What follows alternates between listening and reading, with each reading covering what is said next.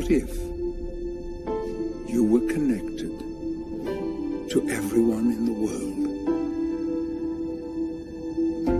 How would your life change?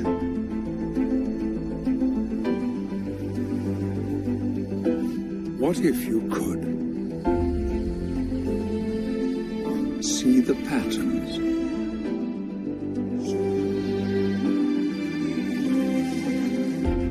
see the beauty,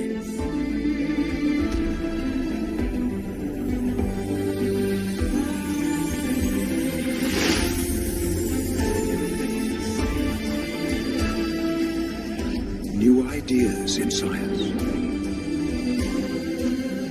deepen your connection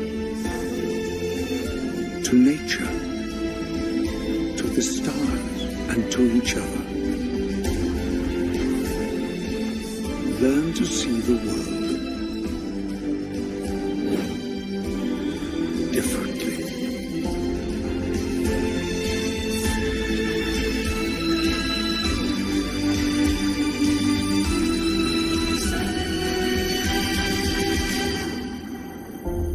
The connected universe.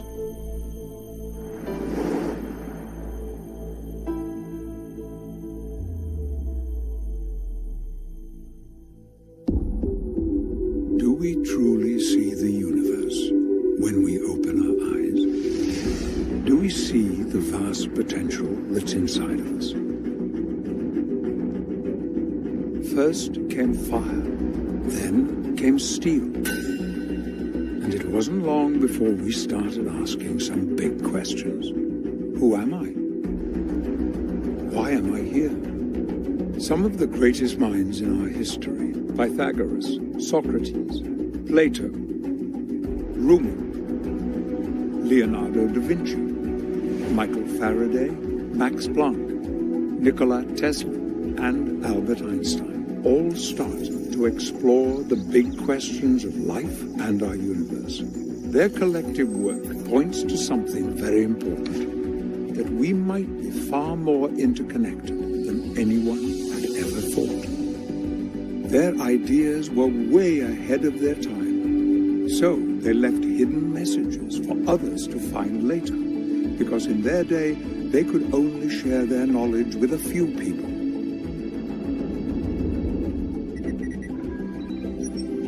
We live in an age where we can communicate to every point on the globe. We are all connected, but it's more than just a feeling. It's also a mathematical equation.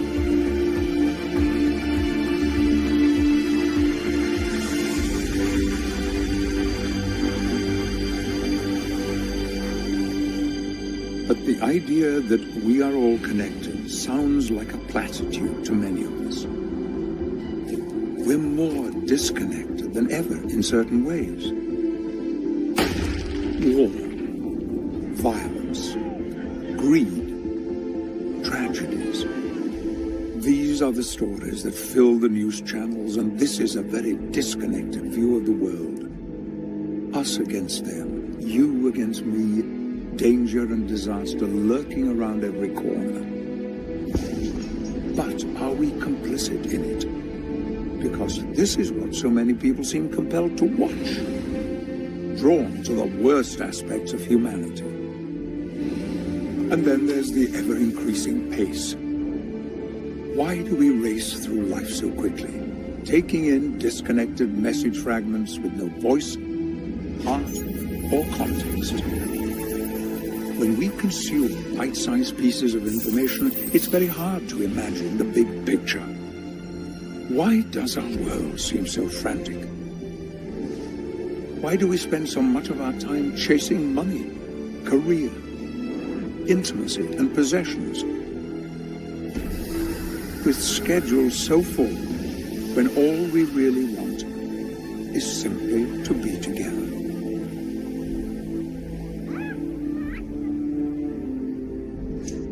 For all of our progress, we've lost connection to the one thing that really matters. We remain disconnected while pretending to be connected. And being connected at a distance makes it easier for some people to say hurtful things.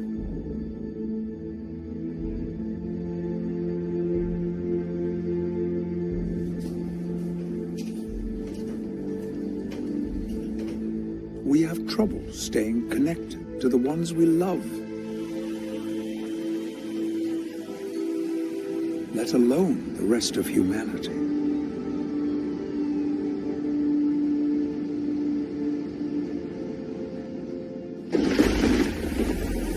There is fear and there is beauty.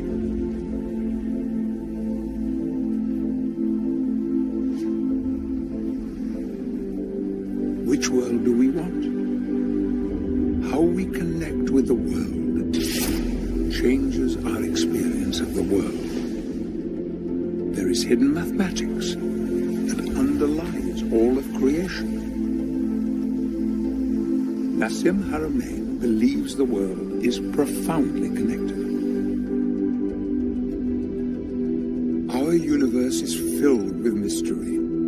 Our planets, stars and galaxies account for only 4.9% of the matter of the universe. So what makes up the rest of the universe? Is it dark matter? Is it dark energy? There is a large amount of unexplained energy in our universe. In 1992, the NASA Cosmic Background Explorer detected fluctuations in the background energy of the universe.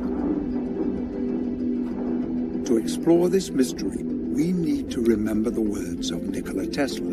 If you want to understand the universe, think in terms of energy, frequency, and vibration.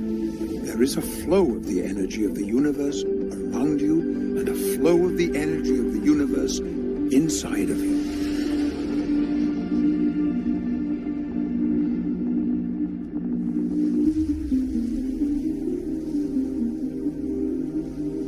When people realize that everything is connected, the sense of separation, the sense that we're isolated, hopefully that goes away. And it's replaced with this feeling that we're part of this incredible creation in which everything is interdependent on everything else.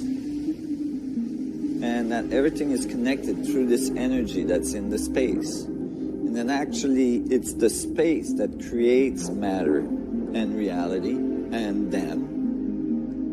They're a part of the whole thing. And so that they can see the incredible potential that they have, the incredible miracle that it is that they're alive and that they're able to experience this interconnectivity with everything.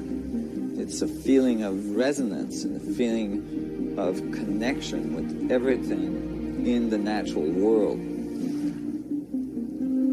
And maybe, just maybe, as a result of understanding this at a deeper level, they will start to understand themselves at a deeper level. And understand the functioning of the universe at a deeper level. And that it will give hope to people.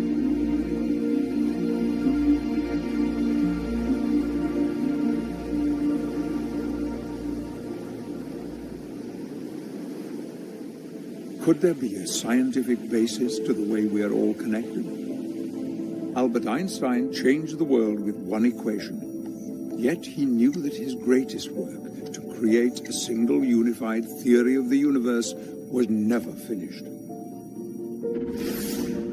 Einstein knew how important it would be to humanity if this could be discovered, and he kept searching for answers. But before he could solve it, he ran out of time. Others have built on the work of Albert Einstein in the search for a unified theory of everything.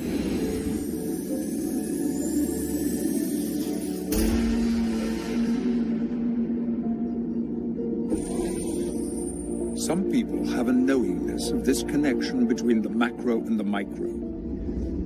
In the past, we've created mythology around it.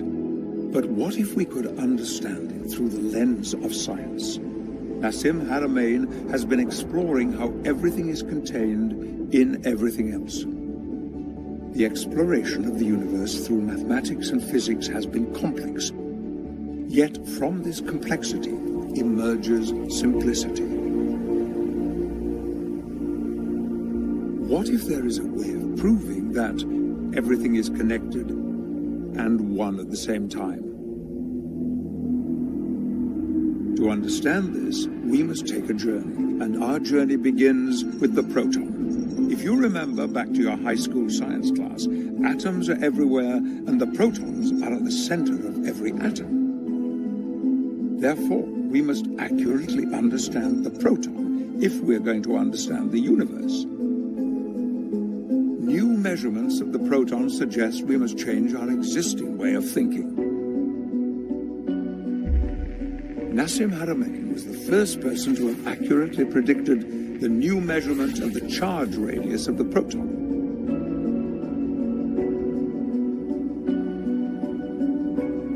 The proton could hold the key to a scientific understanding of how the connection of the universe actually works. 1905. Einstein demonstrated through an example of a person traveling on a train the theory of relativity. He unified the separate camps of energy and mass with his famous formula. But later, a great divide in physics occurred when Niels Bohr and a group of physicists split off to explore quantum mechanics. They saw two worlds. A quantum world that describes the probabilities and the uncertainties of the very small, and the separate mathematics for the larger universe. Creating this division led to a very disconnected way of thinking.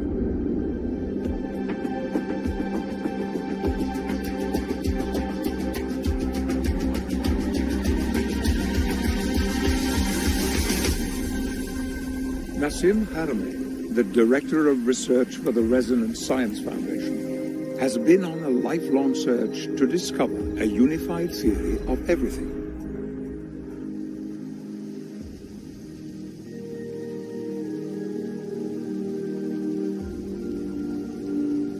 My passion for learning never subsided. As soon as I left school, I got more passionate than ever about understanding the universe, studying physics and mathematics and so on, to try to describe it better and eventually to write a unified view of physics. To me, it was critical that we understood the source of reality. We come here and we experience this life, and most people don't ask, like, how did I get here? What is this life? How am I moving billions and trillions of atoms around? I was exploring all this for my own personal satisfaction. It really wasn't to get a master's degrees or a PhD in some institution. I knew that if I went to the institution, I felt I was going to be restricted. I knew I was going to be given very specific concept that I would have to go with. I didn't want that. I wanted to be completely free to think what I wanted to think as I explored. It led me down a very specific road. Certainly some of the things I thought turned out to be wrong, but eventually I started to home in on the stuff that worked together, and I found something, I think, very fundamental and very profound. To understand how everything is unified, Nassim had to study nature. He had to look at patterns. He looked at the macro and the micro. He started asking questions about some of the fundamental principles science has taken for granted, and started to wonder if, somewhere, we went off on the wrong track. As he continued his journey, he began to understand that in order to see how everything is connected, we had to look at everything.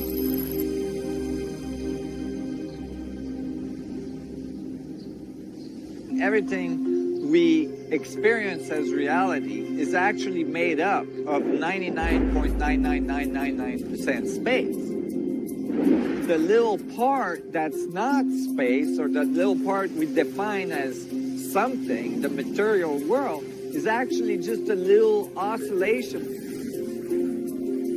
a little electromagnetic boundary that we are bumping against, and we call that our reality. We call that a stone, an atom, we call that the water, the sand, or a star, a galaxy. And so maybe instead of looking at matter, defining the space, I start to think maybe it's space that defines matter.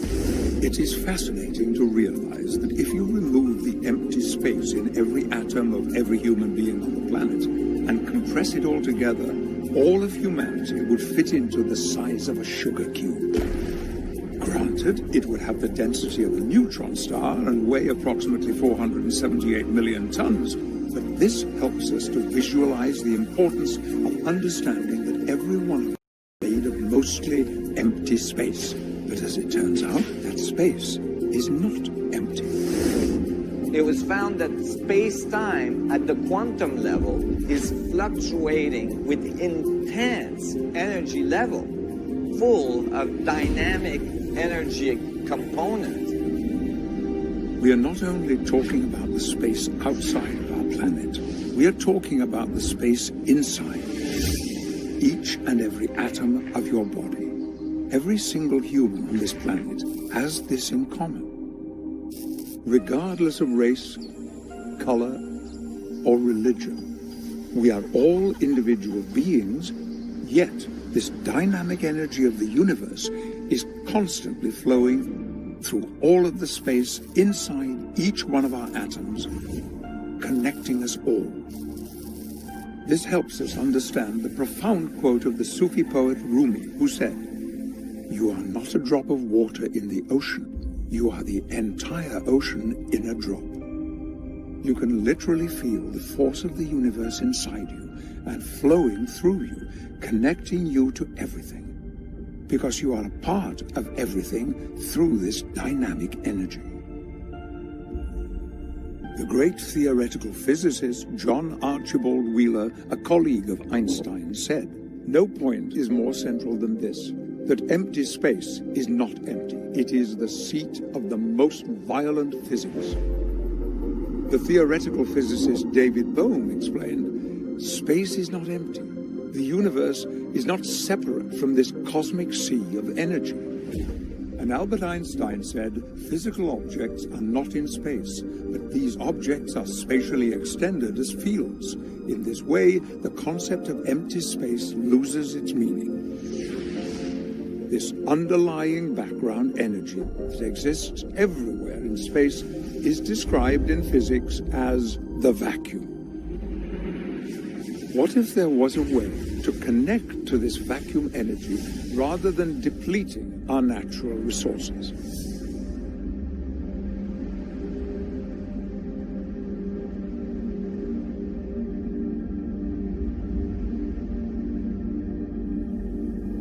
Humanity is on a course that's unsustainable. For millions of years, magnetic fields have been around us without us knowing about them, until Faraday figured out that by moving a little magnet across a set of wires, we could get an electric power source that could power all of the devices we use today in our society. Now we are discovering there is another invisible field at the source of the material world that is all around us and in large quantities. And by learning how to tap into its structure, we could power our world for generations to come. Scientists from around the world are looking for a solution to tap the vacuum energy that is all around us. And it is important that they succeed. Current wars and potential conflicts of the future will be fought over resources like oil and water. Abundant energy will help create stability in the world. and reduce the threats of the perceived energy supply disruptions that cause countries to go to war. War has been a big part of humanity's past.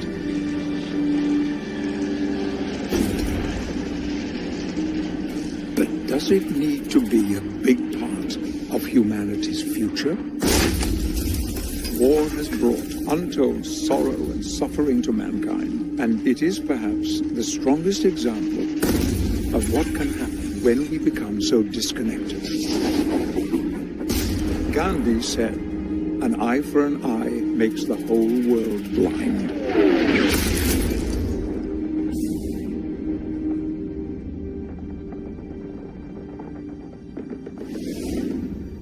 With our modern capacity to wage war, there can be no victors. Gene Roddenberry, the creator of Star Trek, once said, "The strength of a civilization is not measured by its ability to fight wars, but rather by its ability to prevent them." Learning how to harness this vacuum energy all around us could have profound implications, but it will require a paradigm shift. Some of the greatest advances in science have come from people with the courage to pursue ideas that challenge the accepted wisdom of the time. It was common for these new ideas to meet with rejection at first.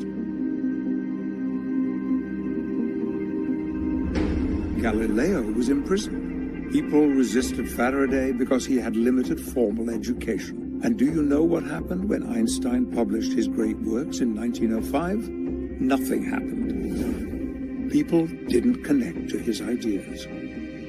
The only person who really saw what Einstein had done was Max Planck, who would become the father of quantum theory.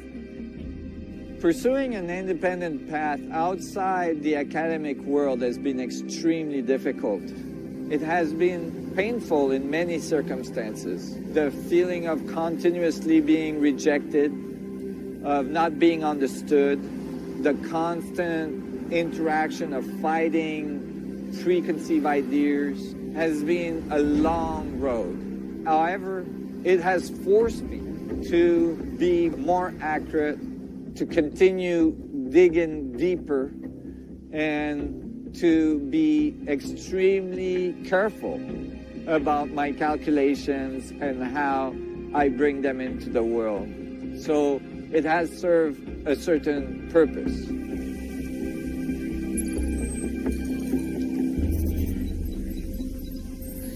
Our material world is not as solid as it appears at the quantum level.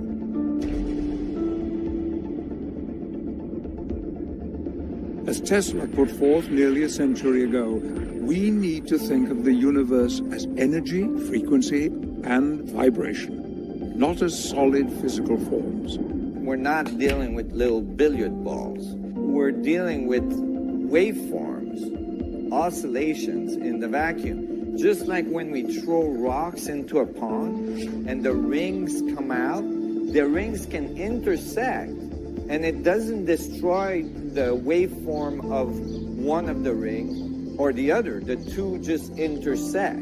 And so that the spheres, the little vibrations of the vacuum are intersecting, and it is the holographic structure of space-time itself. It is the interference pattern that encodes the information of the whole universe in every point. The idea of a holographic universe was first put forward by physicist David Bohm, advanced by Gerard de Hooft, then later expanded by Leonard Susskind. It was inspired by new understandings of black hole thermodynamics, that the information of the black hole is present on the 2D surface of the black hole, known as its event horizon. A simple example is that if you throw a wallet into a black hole, as the wallet is being consumed by the black hole, all the information contained in the wallet would become present on the surface of the black hole, because it is a rule of the universe that matter cannot be created or destroyed.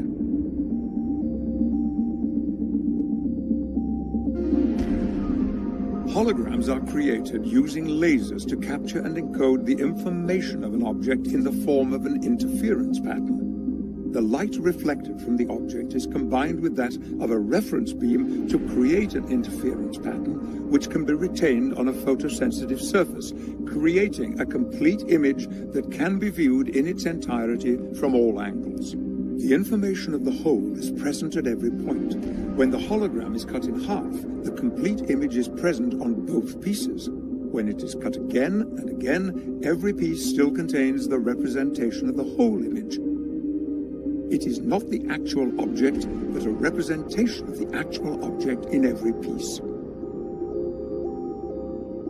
Nassim Haramein believes that the representation of the universe is encoded by the interference pattern of the fluctuation of space-time on the surface of every proton. The difference from the static hologram example is that the holographic information encoding is dynamically happening at every microsecond at every moment, and it is constantly flowing throughout the universe.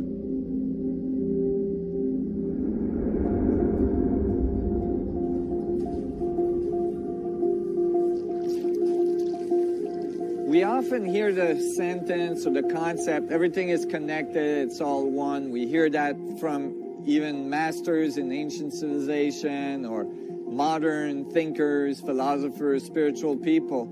And it's a great concept. For many people, it resonates as something true. But how is that true? Some of the work I've been doing starts to open the door to understanding the dynamics and the mechanics on how everything is connected, so that it's no longer just a dogma or an idea, but it's actually based on the physics of reality.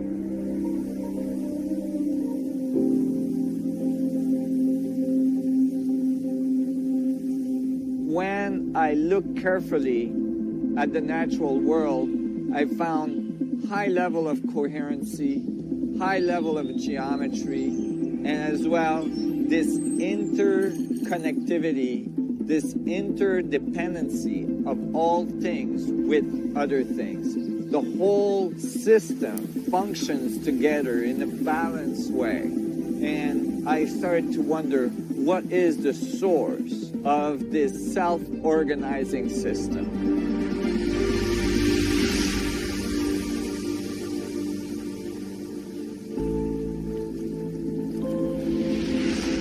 What do you see?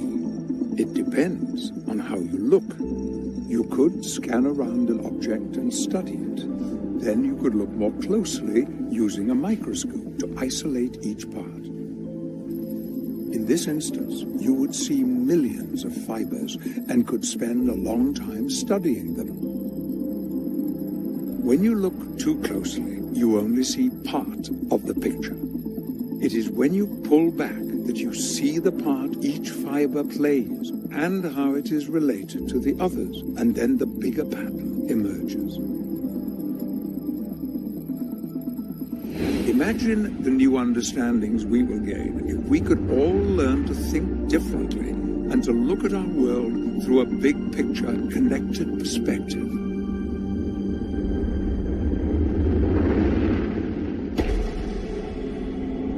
Einstein believed that geometry was a key in the search to understanding the unity of the universe because it represents the relationship between things.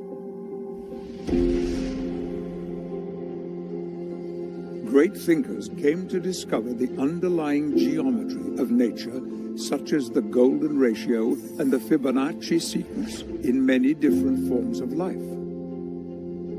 When Nassim Haramein analyzed these geometric relationships in a changing three-dimensional space over time, he saw the 1 to 1.618 ratio appearing, known as the golden ratio or phi ratio, as a fundamental part of the structure of space-time. Leonardo da Vinci encoded this in his famous work, The Vitruvian Man, showing that the phi ratio exists in different proportions throughout our bodies, and it's not just in humans. It is in animals, in plants, and in art.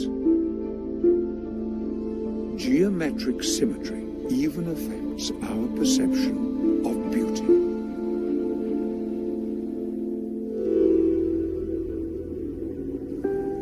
Spending time in nature teaches us that everything is interconnected and everything is interdependent on each other. We have a tendency to isolate systems and then analyze them as if they were not in relationship with anything else in the universe. So that many of our laws of physics starts with the statement within an isolated system. But then if you look up isolated system in the physics dictionary, you find that no such thing has ever been found. That is, nothing can be isolated completely from everything else in the universe.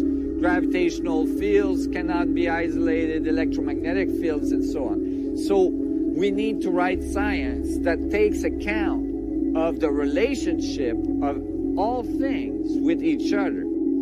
I think if we want to find the fundamental principles of creation, we have to experience nature from an experiential base. And then the mathematics should come together simply and show beautiful results.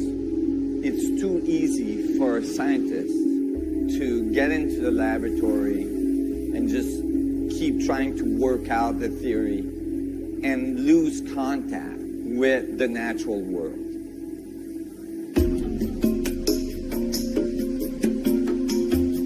When I'm out there surfing, I'm actually constantly being connected to these fundamental patterns of nature. The particles going up and down in the wave, the energy wave pushing me through the ocean, getting inside a barrel, the big vortex, and the dynamics of the vortex.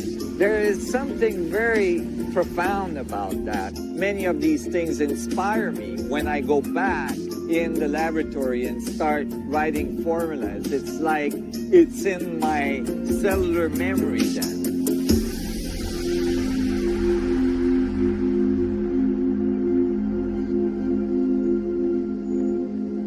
For many of us in cities, nature is but a faint memory. We are overrun by our technology. We give such importance to our digital reality that we sometimes ignore our physical reality at great peril. And it takes up so much bandwidth, affecting our performance and our well-being. We've let the noise of technology drown out our inner voice, which Nassim believes is the source of inspiration. We need to occasionally disconnect in order to reconnect.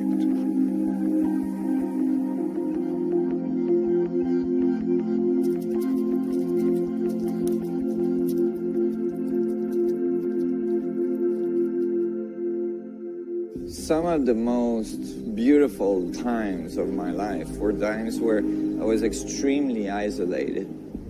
So at that time, I was coming up to Whistler, Canada. More and more the interest I had in nature and physics and understanding the basis of reality was kind of taking over my interest. So I moved into a van to continue my research. I knew that if I could tough it out, minimize my expenses, I could get enough resources so that I could continue to work full-time, doing research, trying to find some clues as to how I could unify the forces of physics.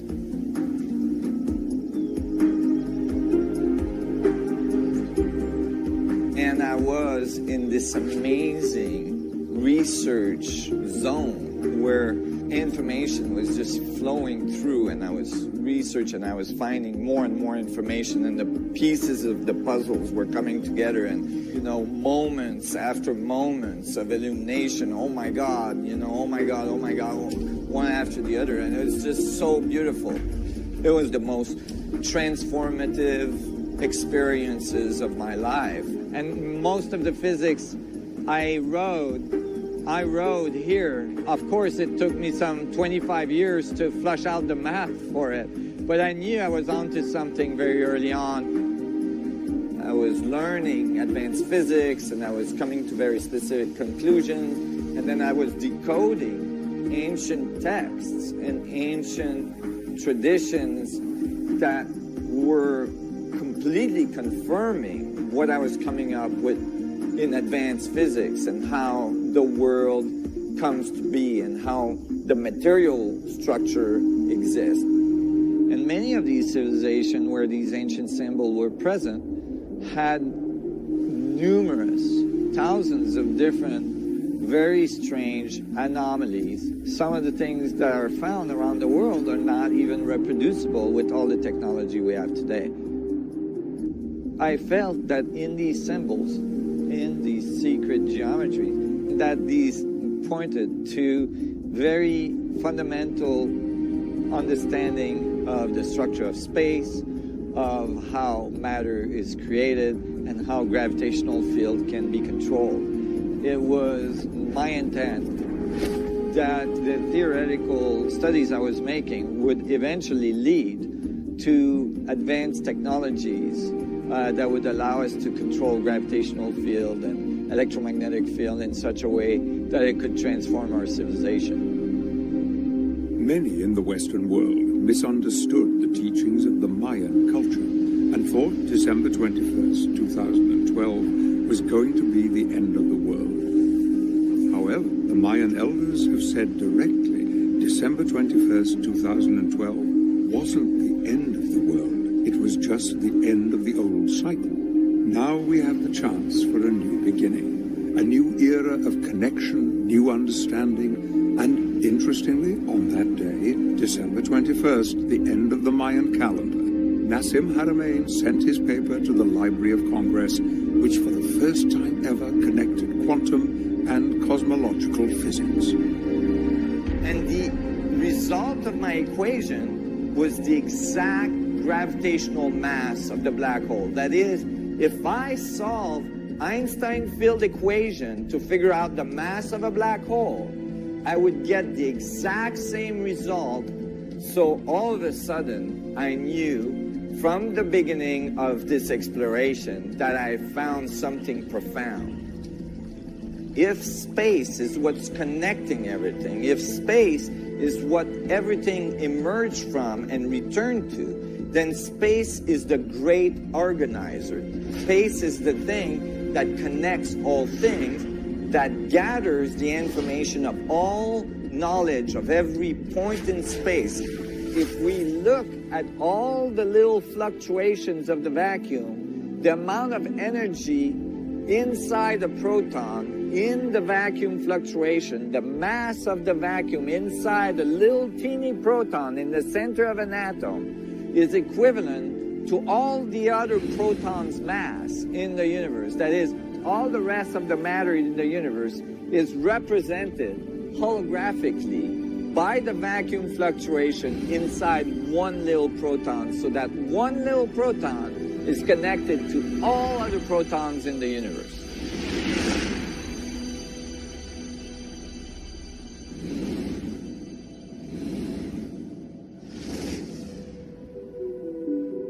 Nassim's calculations seem to present evidence that our universe is holographic in nature. Another big question in our effort to understand the nature of things: is the universe random? Think of the amazing biodiversity of our planet, of all the living things. We live in a wondrous world. Think of the complexity of a chimpanzee. Consider a jellyfish, or a blade of grass, or something less complex, something not alive. A simple Rubik's Cube. 3 rows, 3 columns, 3 deep, with 6 colors. What is the mathematical probability of solving that by random chance? 13.8 billion years is the current estimate of the age of the universe. If you could send a blind person back in time with a scrambled Rubik's Cube, and they could make one move every second, how long do you think it would take them to solve it? In the 13.8 billion years of the existence of our universe, you would have less than a 1% chance of solving it.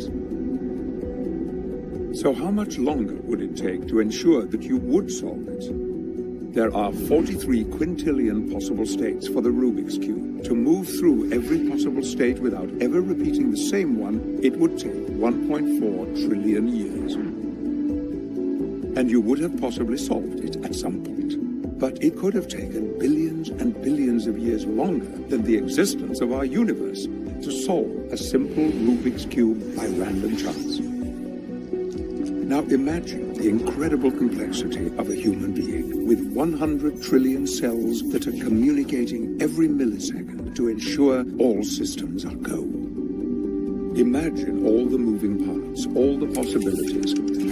How long would it take to organize that?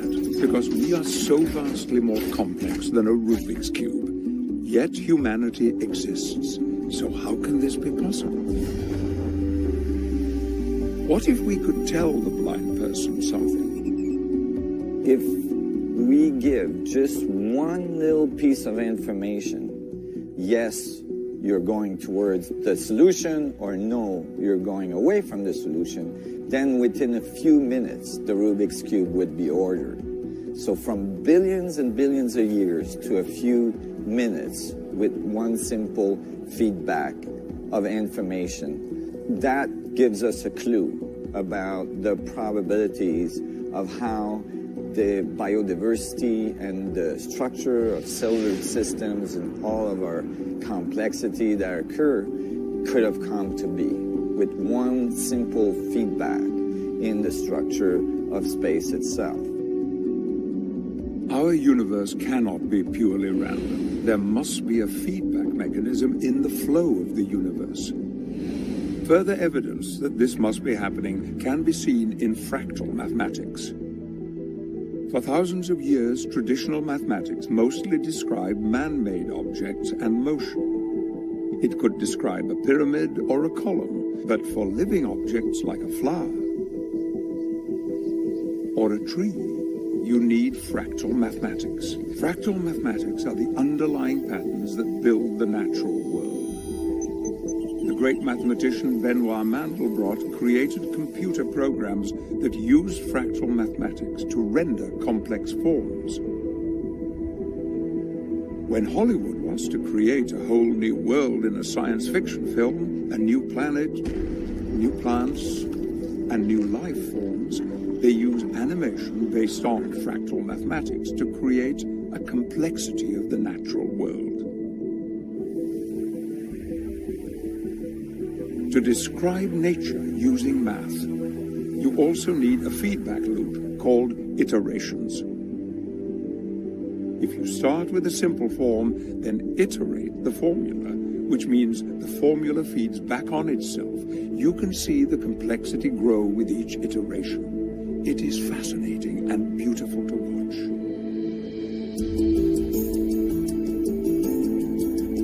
When you make tiny adjustments to the formula or to the base form, you can create vastly different results. The possibilities seem virtually limitless. Witnessing this incredible variety and complexity helps to understand the vital role that the feedback mechanism plays in our universe. What is consciousness? What is the experience of being self-aware? In order for such thing to occur, there must be a feedback of information. For instance, you looking at yourself in the mirror, knowing it's you. What if consciousness is actually a function of how space feedbacks on itself, which would be a dynamic that could generate self-awareness? Us feeding information to the structure of space-time, and space-time feeding information back in terms of our experience every day. This feedback mechanism could be the source of the self-organizing system that we see all around us at the biological level, and eventually becoming self-aware or conscious. this being the very extension of space-time, looking back at itself and learning about itself.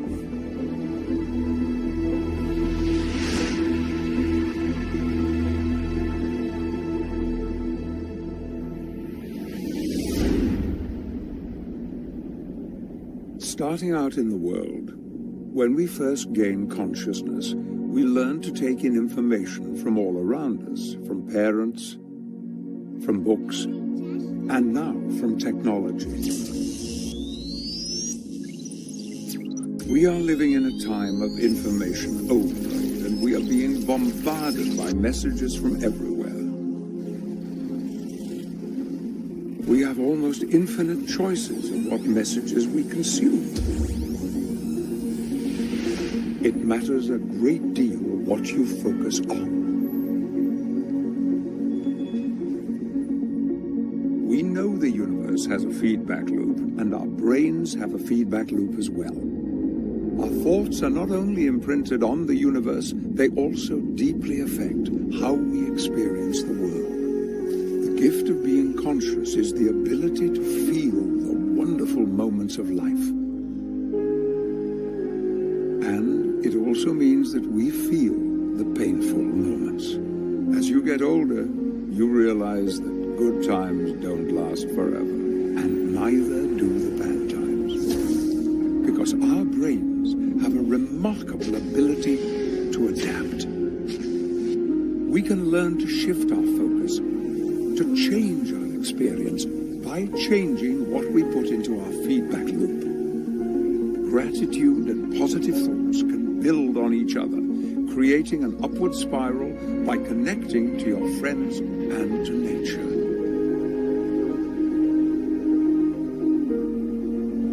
You have the power of the universe inside of you, and you can overcome anything in life.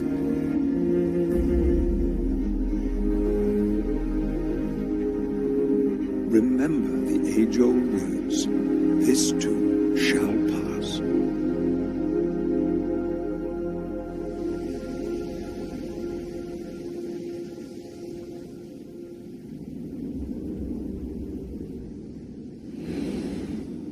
As an individual, you put your thoughts and intentions out into the universe. And through the feedback mechanism of the universe, the collective energy of everything flows back into you.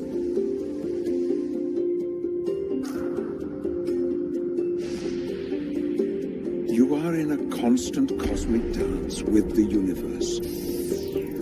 The great poet Rumi said, "Stop being so small. You are the universe in ecstatic motion."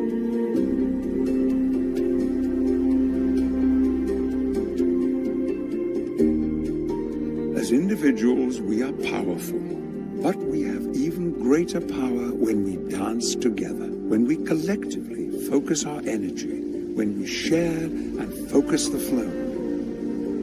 The flow of energy is real and we can feel it.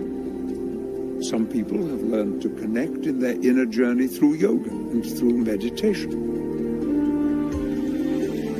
Some people's only experience of this is cheering at a major sporting event with tens of thousands of other fans, cheering for a common goal, which is enjoyable, but it is capable of being so much more.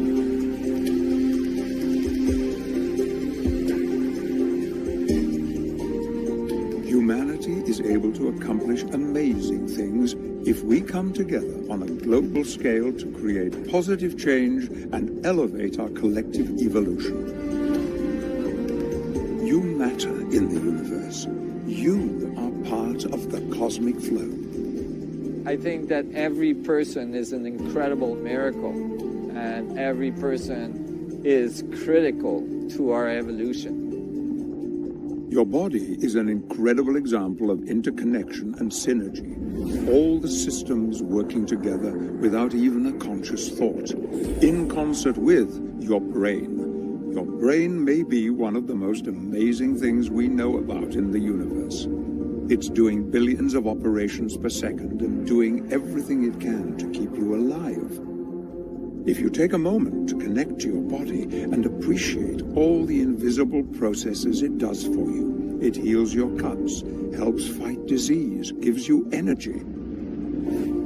What if you stop being judgmental about the appearance of your body and choose to love your body for the incredible miracle that it is? How do you think your life would change? Your body is the vessel by which you experience the world and the universe, and it allows you to be part of the cosmic flow.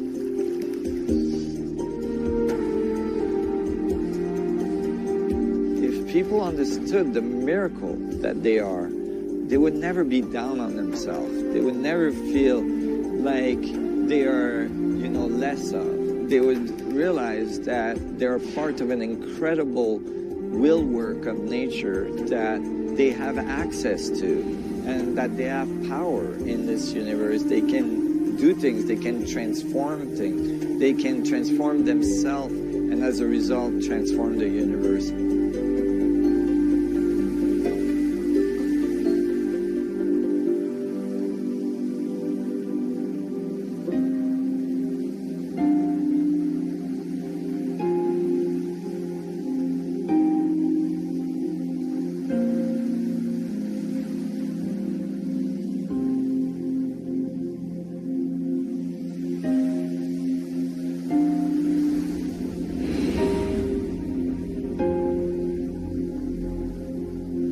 Famous mathematician Benoit Mandelbrot proved that the smaller the unit of measurement that you use, the more accurate your final result.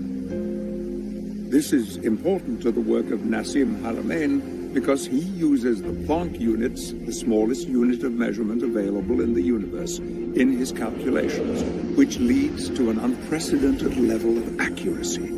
So, how incredibly small is the Planck unit?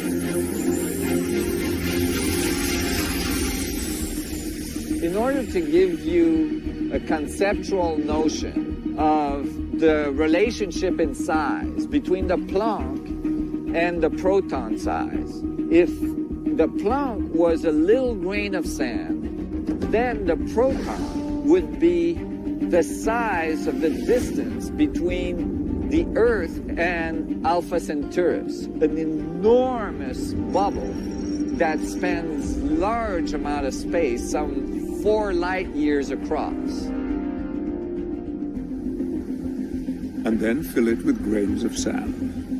That's how many Planck units are in the proton.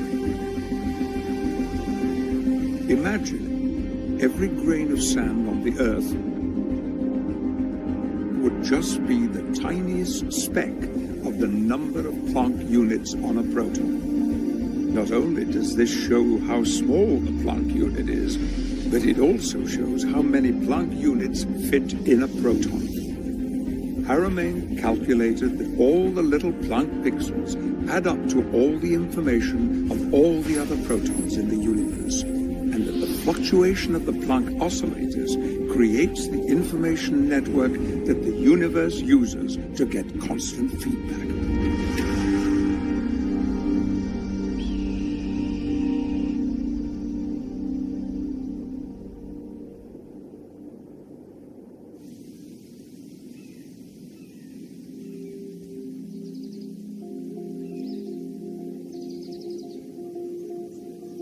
Einstein was fascinated with light and how it worked.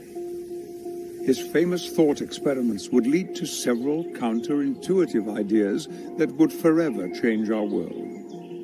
One of those ideas was his theory of relativity. Einstein's general theory of relativity explains gravity as a consequence of the curvature of space-time, created by the presence of mass and energy, and that space-time could be calculated through geometry. It literally acts like a fabric that stretches and bends. When you put lighter objects near a heavier one, they spin in the gravity well created by the large object. Einstein saw the fabric of space-time and gravity as continuous. Haramein sees the fabric quantized with a sea of almost infinitely small Planck pixels. So it behaves like Einstein's fabric on a cosmological scale, but the big breakthrough is that because it is made of tiny quantized Planck pixels, It allows for the forces of spin and gravity to be accounted for by Haramein's geometry at the quantum level. If you think of the water in a perfectly still kitchen sink, it could look like a single sheet of water. But if you pull the drain, the water spins around the drain while the rest of the surface is perfectly flat. This is how Haramein's work gets results like Einstein's single sheet. Yet because the water is really tiny individual drops, it allows for spin to be present at the quantum level. The other difference is that we can't think of it as a single sheet. Think instead of it being stacked infinitely high and infinitely low, infinitely right and infinitely left, in a giant Planck pixel soup that fills the universe, allowing spin to occur anywhere. Einstein geometrized space-time at the cosmological level, and until he died, he believed that there were gonna be a solution to do the same at the quantum level. So I was very much inspired by that. As Einstein was fascinated by light, Haramein is relentlessly fascinated by the forces of spin. Everything in the universe has spin. And I came to conclude eventually that the fundamental torque that produces the spin comes directly out of changes in density in the structure of space itself. Just like a little change in density between hot air and cold air produces a hurricane, which if you look carefully looks a lot like a galaxy.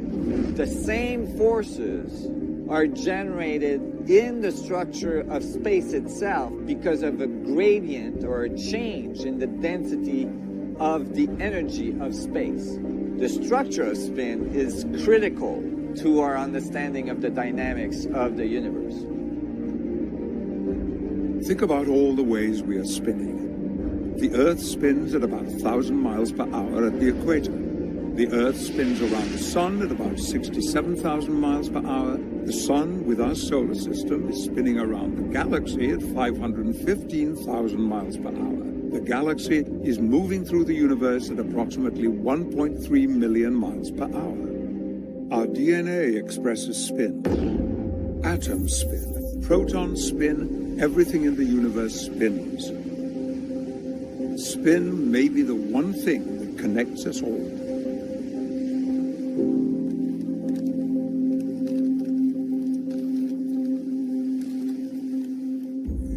We are living in a universe where everything inside of it spins.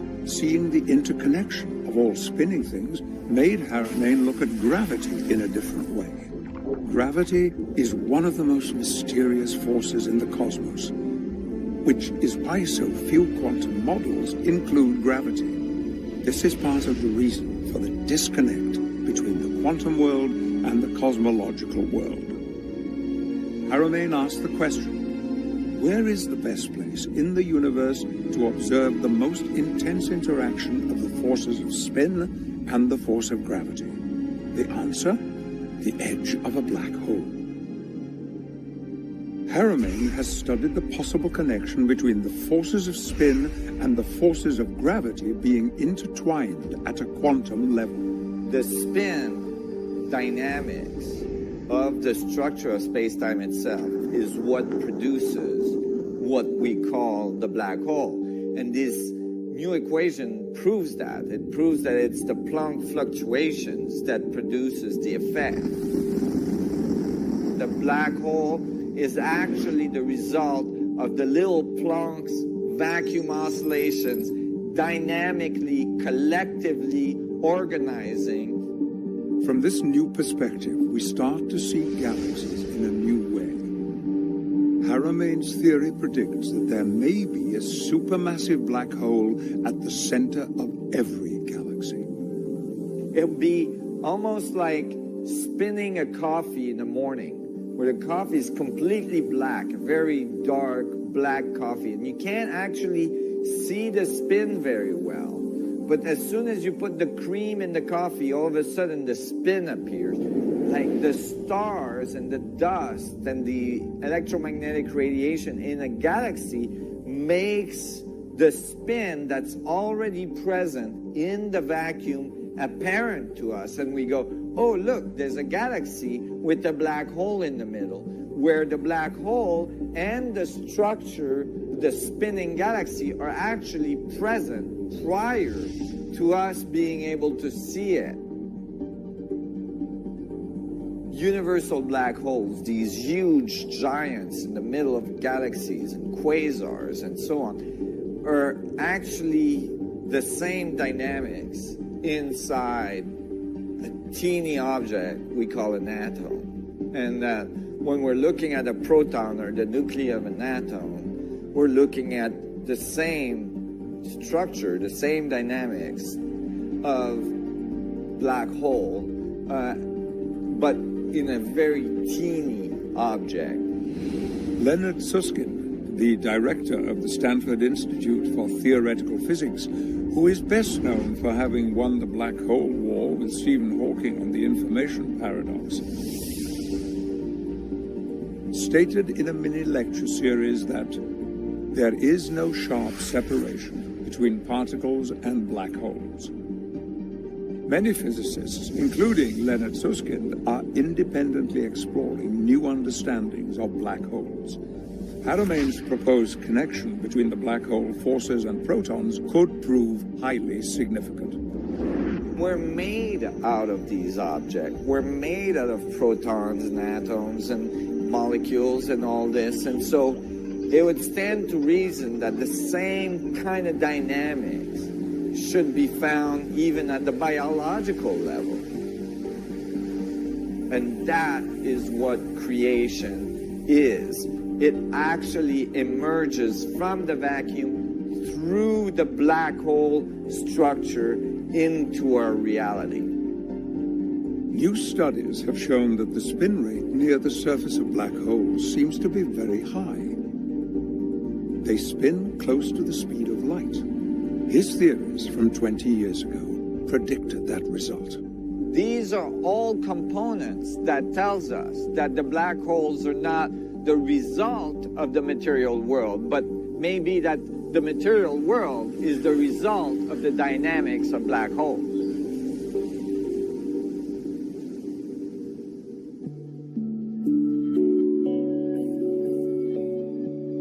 Information and energy flow throughout the universe.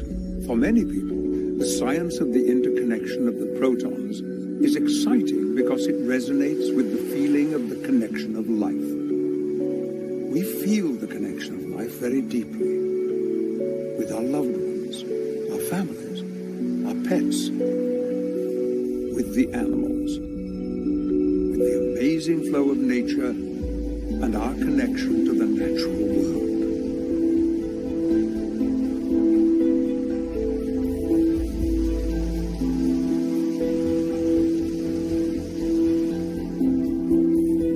Since our earliest beginnings, humanity has depended on the sun and the stars for food and navigation. The drive to understand the forces of nature at work in our world has pushed humanity ever forward. For millennia, humans have looked at birds and dreamed of flying. But for most of human history, flight was considered impossible. What is the next great advance in flight? The structure of space-time is all around us. Imagine if we can learn to influence these structures so that we can control them and make them work for us. Gravity is a result of these little fluctuations in the structure of the vacuum. And by controlling those, by influencing those, we could be able to levitate things. Some incredible possibilities open as soon as we understand these fundamental mechanics of gravity and learn to control them and influence them. There's over 50,000 flights a day. Imagine if all these flights didn't require fossil fuels. Imagine the positive environmental impact this would have on our society. However, in order for us to evolve to a society that's able to fly maybe through its solar system or even through its galaxy, our technology, our understanding of the forces of nature, such as gravity, have to go to a deeper level. The helicopters behind me produce massive amount of lift by creating these small pressure differential and generating vortices in the structure of the air. Now imagine what we could do if we could create the same type of depression or the same type of gradient change in the structure of the fluctuations of the vacuum itself. The space would curve and generate what Einstein described as gravity in space-time curvature. By doing so, we could control the gravitational field. Is it possible to create a gradient in the structure of the vacuum itself? We already do this with the Casimir effect, where we create a little gradient between the two plates that forces the plates to get pushed together. And now we've succeeded in doing what's called the dynamical Casimir effect, where actually instead of using plates, we're using little semiconductor mirrors, and we're able to oscillate them really fast, and as a result we're able to like pop little photons right out of the vacuum. So we're actually already extracting little bit of energy directly out of the vacuum. This opens incredible possibilities. Tapping into the network of the structure of space leads to space travel across very large distances and so on. We have already sent probes past Pluto and out of our solar system, and Hubble has peered into the unimaginably vast reaches of space. And we have come to realize that we are connected to it all. Your connection with the universe began long before you were born. Did you know that the atoms and elements of your body were forged in the hearts of stars? Carbon, nitrogen, iron, and then when that star exploded, they were spread throughout the universe. The atoms in your foot may come from a different star than the atoms in your hand, and different from the ones in your heart. We are connected to the stars in a profound way, literally made of stardust. Individual examples of a living, connected universe. Our mountains have watched humanity rise. Yet, what have we risen to? Are we at our best? Are we capable of so much more? Imagine if we open our eyes to new ideas, the heights to which we could rise, and make that journey for ourselves and for all of humanity. Because we are all one. It has been a long road to get to the place where we truly understand the concept as above, so below, as within, so without. And that the forces of black holes are present in something as small as a proton. This changes the way we see the unity of our world. As the dreams of our future take flight, this becomes an equation for a more connected humanity.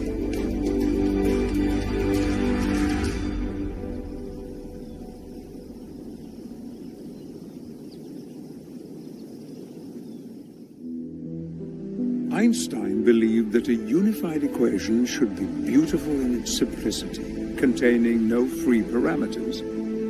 This is Nassim Haramein's equation. It contains no free parameters, and it solves for mass and gravity, both at the cosmological and quantum scale, with simple geometry and algebra. I took the radius, I calculated the surface, I calculated the volume, and then I divided by the little Planck spheres to figure out how many is inside and how many is outside.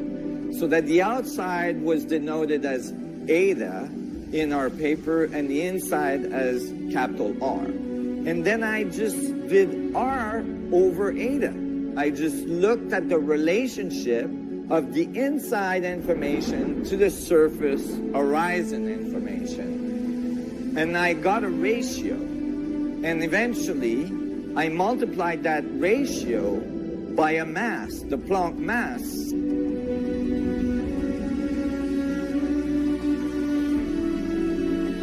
And the result of my equation was the exact gravitational mass of the black hole, just by basically pixelating the inside and the outside of the black hole and looking at their relationship. So all of a sudden, I was getting a solution to gravity, the solution to Einstein field equation, a solution that is based on holography, but not only that, a solution that's based on little Planck pixel, so that it was quantized.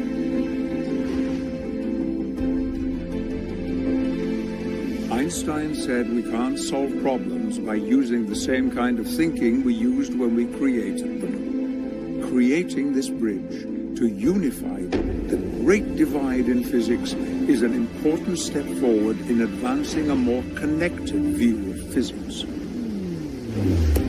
So in the paper that I wrote and I sent to the Library of Congress for copywriting in December 2012, I make this little prediction that the radius of the proton should be exactly this value. And I state in the paper that more precise measurement in the future may confirm this theoretical result. I started to work on getting the paper published and sending it to colleagues around the world. I was getting very good reviews on it from very advanced physicists. And then all of a sudden, a paper was published. On January 25th, 2013, a new muonic measurement of the charge radius of the proton confirmed Haramein's predicted value. The experimental results were not what the quantum world wanted to hear. The measurement came in at 4% smaller than what was expected by the standard model. And so it was very difficult for the scientific community to accept this measurement. Nassim, you're on Yahoo Finance News. What do you think about that? Oh my God. CBS.news. Changing the paradigm as we talk. History in the making. New connected universe theory offers an alternative exploration of gravity and mass, revealing potential new source of energy. That's big. Look, it's in the middle of the day. I mean, the night. Oh, that's fantastic. That's really awesome. Oh my God, it's incredible. The wire went out, and within minutes it was picked up by some of the largest networks and media on the planet. And it's already across the world. India, Germany, Europe is coming online. The East Coast will in the next few hours, I'm sure. I just feel like, okay, we're making a significant difference now. We're really kind of birthing a new paradigm, a new moment in the history of science and the history of understanding of the universe on the planet. Some 30 years I've been visualizing this moment where my work would appear on major news feeds all around the world. I mean, we got a lot of pickup on this news release. Today's the day. And it's kind of strange. It's a strange feeling. It's like, oh my God, it actually happened. And, it seems like a day like any other day. But this is the day that it happened. And this could very well be the day that science changed forever.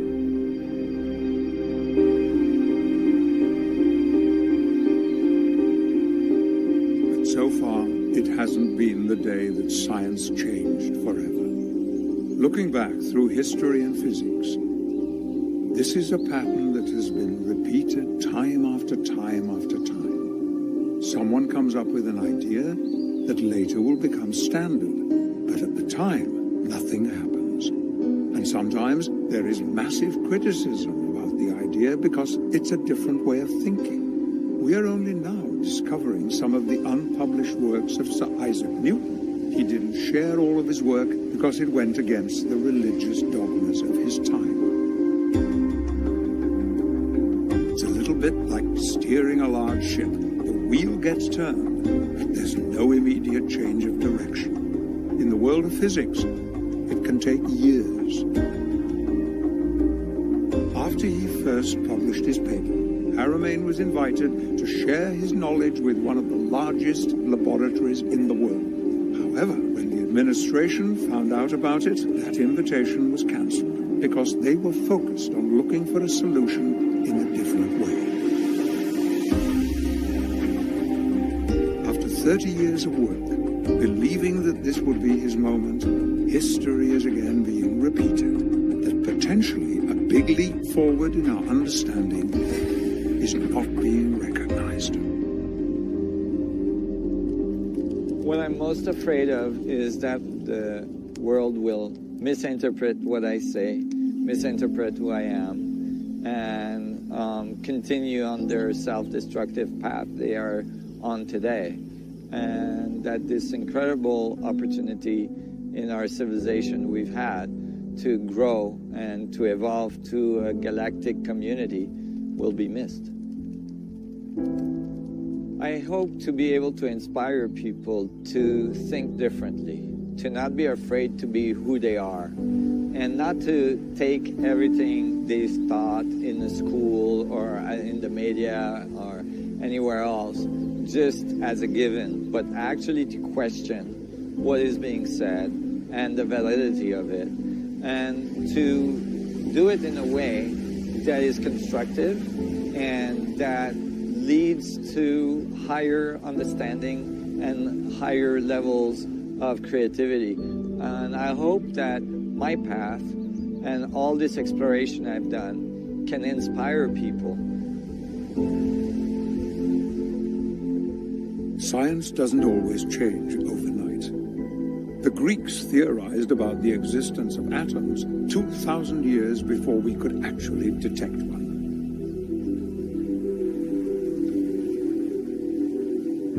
The cover of Scientific American states in huge bold letters, "The proton problem. Could scientists be seeing signs of a whole new realm of physics?" For physicists, the measurement of the charge radius of the proton is fundamentally important to the understanding of our universe. When the first measurement came out in 2010, it was significantly different than the standard scientific thinking of the day allowed. They said there must be a mistake, that there must have been an error. So when a new measurement was done using heavier muonic particles, which would allow for even greater accuracy, the results were even more shocking. And so immediately I purchased the paper confirming the correct radius for the proton and that no errors were found in the earlier experiments. And so I took that number, I plugged it into my equation, and it outputted something remarkable. I was so excited to find that now my prediction is within one standard deviation of their data. And so evidence is supporting that actually our theoretical result might be the exact radius of the proton, and experiments are slowly creeping towards it, confirming the theory very strongly.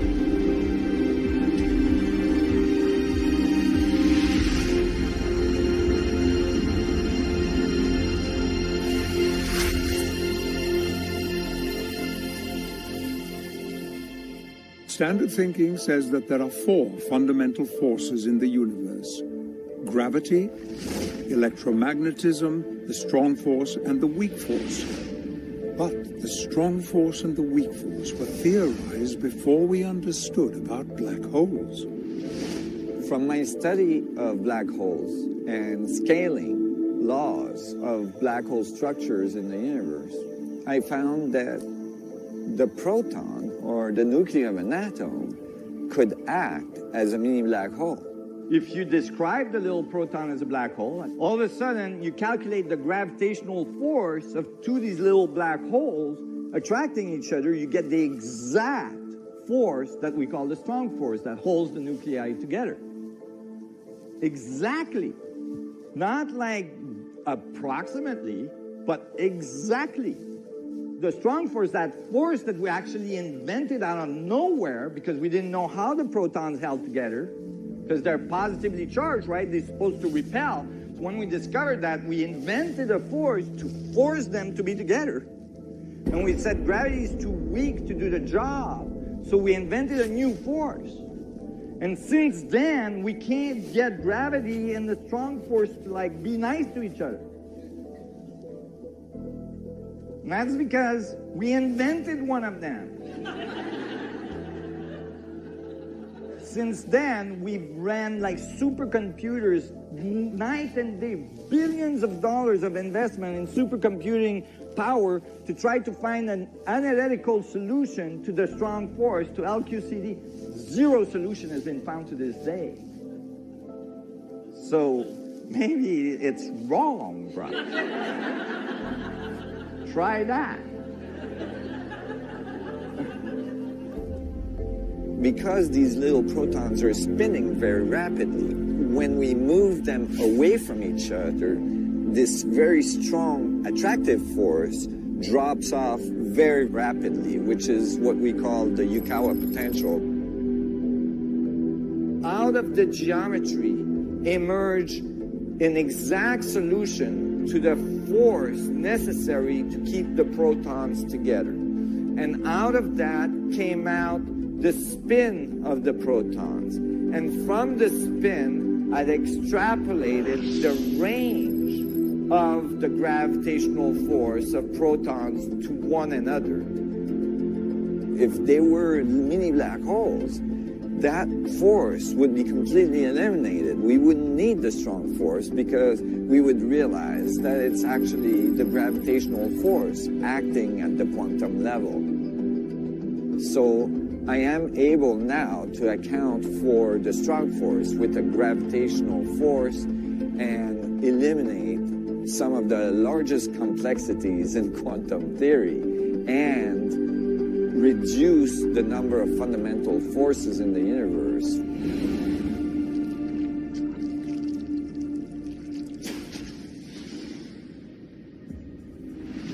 What really keeps me going, this amazing transformation I can see when a person realizes that they're connected to everything and that they matter in the universe. We live an imprint as we go in our daily life in the structure of space-time itself, that we're informing the structure of the vacuum, and so that nothing would be the same if we weren't there. We're actually participating in this incredible complex will works of nature, and that the communication of all the things in it is occurring through this imprint that we leave on the structure of space-time as we go along, as we interpret what we see and how we feel. And so we have a responsibility in our interpretation and our feelings and our behaviors in what we are feeding the universe. So what do you want your imprint to be? You have the power in every moment of every day to choose how you feel and to choose how you show up in the world. Your choices matter in your own life and the lives you affect all around you. We can look at the world through the eyes of a child again, be filled with wonder, imagine, create, explore, and question.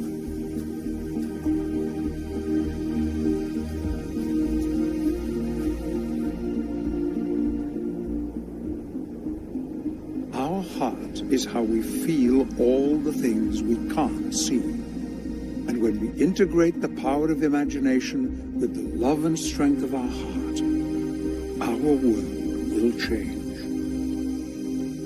bringing hope for a better future. And this requires action. We already know about the feedback loop of the universe that creates reality. But there is also a powerful global technological feedback loop in the form of the internet. We consume content, but we also contribute content. Status updates, pictures, tweets, blogs, and we like, we react, we comment, and we share. This is a perfect example of a feedback loop. We live in an age where we can help each other solve problems like never before. One person has a problem, solves it, posts it, and we can all benefit from it with a few clicks on the web. Scientists from around the world can collaborate remotely and give each other feedback like never before. We are living in the most technologically connected time in history. So what are we going to do with this opportunity? Technology is a double-edged sword, and it can cut both ways. Many people think technology alone holds the key to creating a better future for humanity. But there is more to it than that. It is the consciousness with which we create and wield that technology that will significantly impact our world. And the choice is ours. We can choose to do more than just use technology to understand the mechanics of the heart. We can choose to listen to our heart, to connect to it, to be inspired by it, to learn to follow it, and to learn to use it to the fullest. Our heart is part of our grand connection to the universe.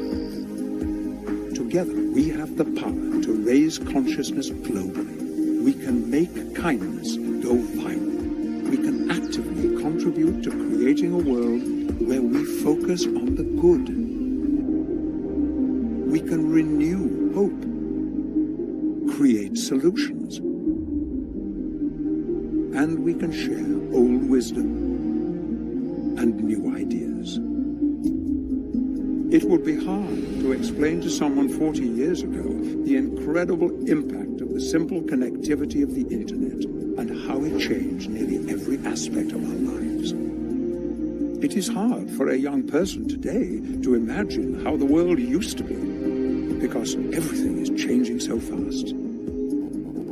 Can you imagine what the future will be like in 20 years?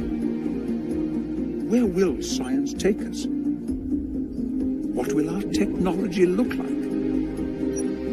What will we learn when we stand inside a virtual reality proton and observe and interact with 3D visualizations of real-time experimental data?